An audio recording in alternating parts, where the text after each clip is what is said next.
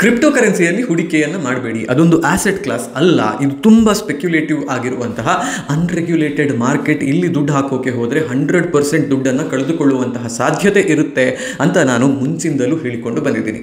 ಆದರೆ ಕೆಲವರು ನನ್ನ ಜೊತೆಯಲ್ಲಿ ವಾದ ಮಾಡಿದವರಿದ್ದಾರೆ. ಅವರ ಆರ್ಗ್ಯುಮೆಂಟ್ ಏನು ಅಂತ ಹೇಳಿದರೆ, crypto is future, crypto is unregulated ಅಂತ ಹೇಳುವ ಕಾರಣಕ್ಕೆ ಯಾವ ಸರ್ಕಾರಗಳು, ಯಾವ ಸೆಂಟ್ರಲ್ ಬ್ಯಾಂಕ್ಗಳು ಇದರ ಮೇಲೆ ಕಂಟ್ರೋಲ್ ಇಟ್ಕೊಳ್ಳೋದು ಸಾಧ್ಯ ಇಲ್ಲ. ಹೀಗಾಗಿ ಜಗತ್ತು ಮುಂದೊಂದು ದಿನ ಇದನ್ನೇ ತನ್ನ ಸ್ಟ್ಯಾಂಡರ್ಡ್ ಫಾರ್ಮ್ ಆಫ್ ಕರೆನ್ಸಿ ಅಂತ ಸ್ವೀಕಾರ ಮಾಡುತ್ತೆ. ಆಗ ಈ ಕ್ರಿಪ್ಟೋ ಆಸೆಟ್ಸ್ಗೆ ತುಂಬ ದೊಡ್ಡ ಮಟ್ಟಿನ ಮೌಲ್ಯ ಬರುತ್ತೆ. ಯು ಆರ್ ಮಿಸ್ಸಿಂಗ್ ಔಟ್ ಅಂತ ಅವರ ವಾದ. ಆದರೆ ಭಾರತದಲ್ಲಿ ವಜೀರೆಕ್ಸ್ ಅಂತ ಇರುವಂತಹ ಒಂದು ಕ್ರಿಪ್ಟೋ ಪ್ಲ್ಯಾಟ್ಫಾರ್ಮ್ ಕಂಡುಕೊಂಡಿರುವಂತಹ ಸಮಸ್ಯೆಯ ಬಗ್ಗೆ ನೀವು ಅರ್ಥ ಮಾಡಿಕೊಂಡ್ರೆ, ಈ ಕ್ರಿಪ್ಟೋ ಪ್ಲ್ಯಾಟ್ಫಾರ್ಮ್ಗಳಿಂದ ಅಥವಾ ಕ್ರಿಪ್ಟೋ ಕರೆನ್ಸಿಯಲ್ಲಿ ಹೂಡಿಕೆ ಮಾಡುವಾಗ ಇರುವಂತಹ ರಿಸ್ಕ್ ಏನು ಅನ್ನೋದು ನಿಮಗೆ ಗೊತ್ತಾಗುತ್ತೆ.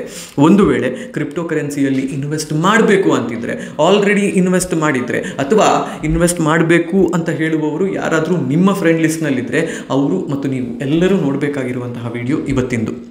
ವಜೀರೆಕ್ಸ್ ಅಂತ ಹೇಳುವಂತಹ ಕ್ರಿಪ್ಟೋ ಪ್ಲ್ಯಾಟ್ಫಾರ್ಮ್ನಲ್ಲಿ ಹೂಡಿಕೆ ಮಾಡಿದ್ದಂತಹ ಭಾರತೀಯರು ಅಲ್ಲಿ ಆಲ್ಮೋಸ್ಟ್ 3,200ರಿಂದ 3,300 ಕೋಟಿ ರೂಪಾಯಿಯಷ್ಟು ಆ್ಯಸೆಟ್ಸನ್ನು ಕ್ರಿಪ್ಟೋ ಕರೆನ್ಸಿಯಲ್ಲಿ ಇಟ್ಕೊಂಡಿದ್ರು. ಹೀಗಿಟ್ಟದ್ದಂತಹ ಆ್ಯಸೆಟ್ನಲ್ಲಿ 1,480 ಕೋಟಿ ರೂಪಾಯಿ, ಅಂದರೆ almost $230 million worth of crypto currency ಅಲ್ಲಿಂದ ಮಾಯ ಆಗಿ ಹೋಗಿದೆ.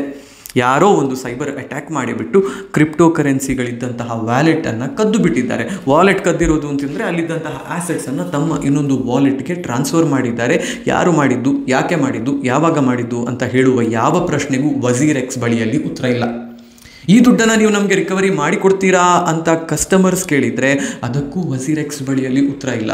ಅವರು ಅವರ ಪ್ರಯತ್ನಗಳನ್ನೆಲ್ಲ ಮಾಡ್ತಿದ್ದಾರೆ. ತಮ್ಮ ಬ್ಯಾಕ್ ಎಂಡ್ ಟೀಮ್ಗಳ ಬಳಿಯಲ್ಲಿ, ತಮ್ಮ ಟೆಕ್ನಿಷಿಯನ್ಗಳ ಬಳಿಯಲ್ಲಿ ಏನಾದರೂ ಮಾಡೋಕ್ಕೆ ಸಾಧ್ಯ ಇದೆಯಾ ಅಂತ ಮೊದಲು ನೋಡಿದರು. ಅದಾಗಿಲ್ಲ ಅಂತ ಆದಾಗ ಬಿನಾನ್ಸ್ ಅಂತ ಹೇಳುವ ಜಗತ್ತಿನ ಅತಿ ದೊಡ್ಡ ಕ್ರಿಪ್ಟೋ ಕರೆನ್ಸಿ ಪ್ಲ್ಯಾಟ್ಫಾರ್ಮ್ ಬಳಿಯಲ್ಲೂ ಕೂಡ ಸಹಾಯಕ್ಕೆ ಕೇಳಿದರು. ಅದಾಗಿಲ್ಲ ಅಂತ ಆದಾಗ ಭಾರತದ ಅಥಾರಿಟಿಗಳ ಬಳಿಯಲ್ಲಿ, ಅಮೆರಿಕದ FBI ರೀತಿಯಂತಹ ಅಥಾರಿಟಿಗಳ ಬಳಿಯಲ್ಲೂ ಕೂಡ ಈ ಹೋಗಿರುವಂತಹ ಕ್ರಿಪ್ಟೋ ಆಸೆಟ್ಸನ್ನು ನಮಗೆ ವಾಪಸ್ ತರಿಸಿಕೊಡೋದ್ರಲ್ಲಿ ನೀವು ಸಹಾಯ ಮಾಡೋಕ್ಕೆ ಸಾಧ್ಯ ಇದೆಯಾ ಅಂತ ಕೇಳಿದರು. Nothing seems to be working. ಇದಕ್ಕೆ ಹೆಚ್ಚಾಗಿ ಇನ್ನೂ ಒಂದು ಕೆಲಸವನ್ನು ವಜೀರೆಕ್ಸ್ ಮಾಡಿತು. $230 ಮಿಲಿಯನ್ ಕ್ರಿಪ್ಟೋ ಆಸೆಟ್ಸ್ ಹೋಗಿದೆ. ಇದನ್ನು ವಾಪಸ್ ಮಾಡಿದವರಿಗೆ ಅಥವಾ ವಾಪಸ್ ಮಾಡೋದ್ರಲ್ಲಿ ಸಹಾಯ ಮಾಡಿದವರಿಗೆ 10% ಕಮಿಷನ್ ನಾವು ಕೊಟ್ಟು ಬಿಡ್ತೀವಿ ಅಂತ ಒಂದು ಬೌಂಟಿ ಕೂಡ ಕೊಡ್ತು. $230 ಮಿಲಿಯನ್ ಕ್ರಿಪ್ಟೋವನ್ನು ನೀವೀಗ ಅವರಿಗೆ ವಾಪಸ್ ಕೊಟ್ಟರೆ ನಿಮ್ಗೆ $23 ಮಿಲಿಯನ್ ವರ್ತ್ ದುಡ್ಡು ಸಿಗೋದು ಸಾಧ್ಯ ಇದೆ. ಆದರೆ ಇದು ಯಾವುದಾದ್ರೂ ಅಷ್ಟು ಸುಲಭದಲ್ಲಿ ಆಗುತ್ತಾ ಅಂತ ಕೇಳಿದರೆ ಖಂಡಿತವಾಗಿಯೂ ಸಾಧ್ಯ ಇಲ್ಲ. ಈಗೇನಾಗಿದೆ ಅಲ್ಲಿ ಕ್ರಿಪ್ಟೋ ಕರೆನ್ಸಿ ಮಾರ್ಕೆಟ್ನಲ್ಲಿ ಏನಾಗಿದೆ ಅನ್ನೋದನ್ನು ಹೇಳ್ತೀನಿ. ವಜೀರೆಕ್ಸ್ ಹೀಗೆ ತನ್ನ ವಾಲೆಟ್ನಿಂದ $230 ಮಿಲಿಯನ್ ಕ್ರಿಪ್ಟೋ ಆಸೆಟ್ಸ್ ಹೋಯಿತು ಅಂತ ಅದು ಕೂಡಲೇ ಮಾಡಿದಂತಹ ಕೆಲಸ ಎಲ್ಲ ಟ್ರೇಡಿಂಗನ್ನು, ಎಲ್ಲ ವಿಡ್ರಾವಲ್ಗಳನ್ನು ಹಾಲ್ಟ್ ಮಾಡಿದ್ದು. ಯಾರಿಗೂ ದುಡ್ಡು ತೆಗೆಯೋದಕ್ಕೆ ಬಿಡೋದಿಲ್ಲ, ದುಡ್ಡು ಹಾಕೋದಕ್ಕೂ ಬಿಡೋದಿಲ್ಲ. ಎಲ್ಲ ಆಸೆಟ್ಗಳು ಸದ್ಯಕ್ಕೆ ಫ್ರೀಸ್ ಆಗಿದ್ದಾವೆ ಅಂತ ಹೇಳಿದ್ರು. ಈಗ ಅವರು ಒಂದು ವಿಚಾರವನ್ನು ಹೇಳ್ತಿದ್ದಾರೆ. ನಾವೀಗ ಲಾಸಸ್ ಆಗಿದೆ, $230 ಮಿಲಿಯನ್ ಲಾಸ್ ಆಗಿದೆ, ವಿ ವಿಲ್ ಡೆಮೋಕ್ರಟೈಸ್ ಲಾಸಸ್ ಅಂತ ಹೇಳ್ತಿದ್ದಾರೆ. ಇವರ ಪ್ರಕಾರ ಇವರ ಸೊಲ್ಯೂಷನ್ ಈ ಪ್ರಾಬ್ಲಮ್ಗೆ ಏನು ಅಂತಂದರೆ, ನೀವು ಇವರ ಪ್ಲ್ಯಾಟ್ಫಾರ್ಮ್ನಲ್ಲಿ $100 ವರ್ತ್ ಕ್ರಿಪ್ಟೋ ಆಸೆಟ್ಸನ್ನು ಇಟ್ಟಿದ್ರಿ ಅಂತಂದರೆ ಅದರಲ್ಲಿ 45% ಲಾಸ್ ಅಂತ ಹೇಳಿ ಯೋಚನೆ ಮಾಡಿಬಿಟ್ಟು ನೀವು ಅದರ ಆಸೆಯನ್ನು ಬಿಡಬೇಕು. ಉಳಿದಿರುವಂತಹ $55 ನೀವು ವಿಡ್ರಾ ಮಾಡಬಹುದು, ಅಥವಾ ನಿಮ್ಮ ಹತ್ರ ಕ್ರಿಪ್ಟೋ ಆಸೆಟ್ಸ್ ಇದ್ದರೆ ಅದನ್ನು ಹಾಗೆ ಇಟ್ಕೋಬಹುದು, ಮಾರಬೇಕು ಅಂದರೆ ಮಾರಬಹುದು, ಬೇಕಾದದ್ದನ್ನು ಮಾಡಿ ಅಂತ ಹೇಳ್ತಿದೆ. ಅಂದರೆ ನೀವಿಲ್ಲಿ ಇವತ್ತು $100 ಇಟ್ಟಿದ್ರೆ ವಜೀರೆಕ್ಸ್ನಲ್ಲಿ ಅದರ $45 ಕೇಳದೆ ಮಾಯ ಆಗಿ ಹೋಯಿತು. You have incurred a loss of 45% without doing anything and without a fault of yours. ಇದು ವಾಪಸ್ ಬರುತ್ತಾ ಅಂತ ಕೇಳಿದರೆ ಯಾರಿಗೂ ಬರಬಹುದು ಅಂತ ಹೇಳುವ ಅಂದಾಜೂ ಇಲ್ಲ, ಆಸೆಯೂ ಕೂಡ ಇಲ್ಲ. ವಜೀರೆಕ್ಸ್ ಇದಕ್ಕೆ ಕಾಂಟ್ರಿಬ್ಯೂಟ್ ಮಾಡಬಹುದಾ, ಕಾಂಪನ್ಸೇಟ್ ಮಾಡಬಹುದಾ ಅಂತ ಕೇಳಿದರೆ ಅವರ ಹತ್ರ ಅಷ್ಟು ದುಡ್ಡಿರೋಕ್ಕೆ ಸಾಧ್ಯವೇ ಇಲ್ಲ. 1,500 ಕೋಟಿ ಅಂದರೆ ಅದು ಸಣ್ಣ ಮೊತ್ತ ಅಲ್ಲ.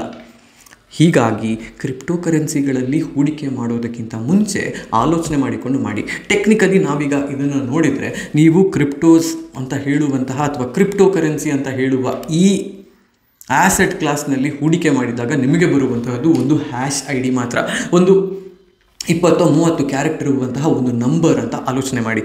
This is the only thing that you have saying that you have this cryptocurrency. ಇದನ್ನು ನೀವು ಯಾರಿಗೂ ಇನ್ನೊಬ್ಬರಿಗೆ ಕಳಿಸಿದ್ರಿ ಅಂತಂದರೆ ಜಸ್ಟ್ ದ್ಯಾಟ್ ಟ್ರಾನ್ಸಾಕ್ಷನ್ ಹ್ಯಾಪನ್ಸ್. ಯಾರಿಗೆ ದುಡ್ಡು ಕಳಿಸಿದ್ದೀರಿ, ಯಾಕೆ ಕಳಿಸಿದ್ದೀರಿ ಅಂತ ಹೇಳೋದನ್ನು ಟ್ರ್ಯಾಕ್ ಮಾಡೋದಕ್ಕೆ ಸಾಧ್ಯ ಇಲ್ಲ. ಈಗ ಈ ಹ್ಯಾಕರ್ಗಳು ಮಾಡಿರುವಂತಹದ್ದು ಅಂಥದ್ದನ್ನೇ. ಈ ಕ್ರಿಪ್ಟೋ ವ್ಯಾಲೆಟ್ ಯಾವುದು ವಜೀರೆಕ್ಸ್ ಬಳಿಯಲ್ಲಿತ್ತು ಅಲ್ಲಿಂದ ಅವರ ವಾಲೆಟ್ಗೆ ಟ್ರಾನ್ಸ್ಫರ್ ಮಾಡಿರ್ತಾರೆ. ಯಾವ ವಾಲೆಟ್ ಅಂತ ಹೇಳೋದು ಟ್ರ್ಯಾಕ್ ಮಾಡೋಕ್ಕಾಗೋದಿಲ್ಲ. ಒಂದು ವೇಳೆ ಟ್ರ್ಯಾಕ್ ಮಾಡುವಂತಹ ಪ್ರಯತ್ನವನ್ನು ಮಾಡಿದರೂ ಕೂಡ ಅವರು ಇಷ್ಟೊತ್ತಿಗಾಗಲೇ ಅದನ್ನು ಇನ್ನೊಂದು 20 ಕಡೆಗೆ ರೀರೌಟ್ ಮಾಡಿರಬಹುದು.